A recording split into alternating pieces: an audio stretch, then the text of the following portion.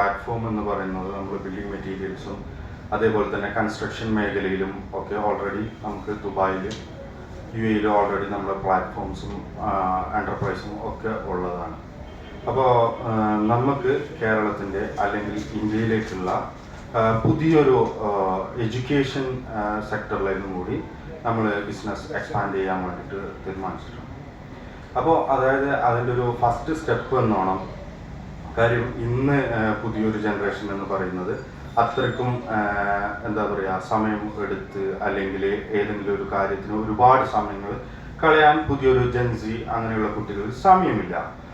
പ്രത്യേകിച്ച് പലതിലും എൻഗേജ്ഡ് ആണ്. അവരുടെ വിരൽ തുമ്പിലൂടെ ലോകം കാണുന്ന ഒരു സാഹചര്യത്തിലൂടെയാണ് നമ്മൾ മുന്നോട്ട് പോയിക്കൊണ്ടിരിക്കുന്നത്.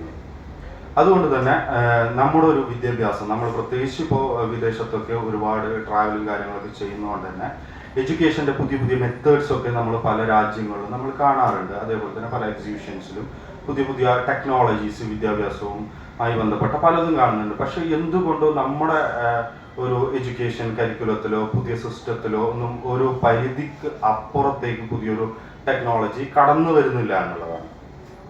അപ്പോൾ ഏതൊരു കാലഘട്ടത്തിൻ്റെയും ഇപ്പോൾ നമ്മൾ പല ഇൻസ്റ്റിറ്റ്യൂട്ടും വിദേശ യൂണിവേഴ്സിറ്റി ഒക്കെ വിസിറ്റ് ചെയ്യുമ്പോഴും നമ്മൾ കാണുന്നത് പുതിയ ടെക്നോളജികളാണ്. പക്ഷെ നമ്മൾ ഇവിടെ എത്താൻ കാലതാമസം എടുക്കുന്നു.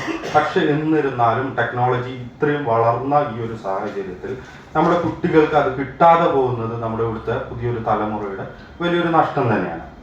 അപ്പോൾ ഞാൻ പറഞ്ഞു വരുന്നത് പ്രത്യേകിച്ചും ഈ നമ്മുടെ കേരളത്തിൻ്റെ മലയോര മേഖലകളിൽ ഗ്രാമപ്രദേശങ്ങളിലൊക്കെ ഉള്ള കുട്ടികൾക്ക് പുതിയ ഒരു ഹയർ സ്റ്റഡീസിന് ബേസിക്കലി നമുക്ക് ഇവിടെ കിട്ടുന്നത് ഒരു 10th അല്ലെങ്കിൽ +2 വരെ കോമൺ എഡ്യൂക്കേഷൻ നമുക്ക് കിട്ടുന്നുണ്ട്. അത് CBSE ആയിക്കോട്ടെ, കേരള സിലബസിൻ്റെ ആയിക്കോട്ടെ, അത് കോമൺ ഒരു എഡ്യൂക്കേഷൻ വേവ് ലെങ്ത്തിലൂടെ അത് പോകുന്നുണ്ട്. അത് കഴിഞ്ഞാൽ എന്ത് ചെയ്യണം എന്നുള്ളത് പലർക്കും ഇന്നൊരു ക്വസ്റ്റ്യൻ മാർക്കാണ്. +2 അല്ലെങ്കിൽ അതിനുശേഷം ഞാൻ ഏത് പ്രൊഫഷനിലേക്ക് പോകണം.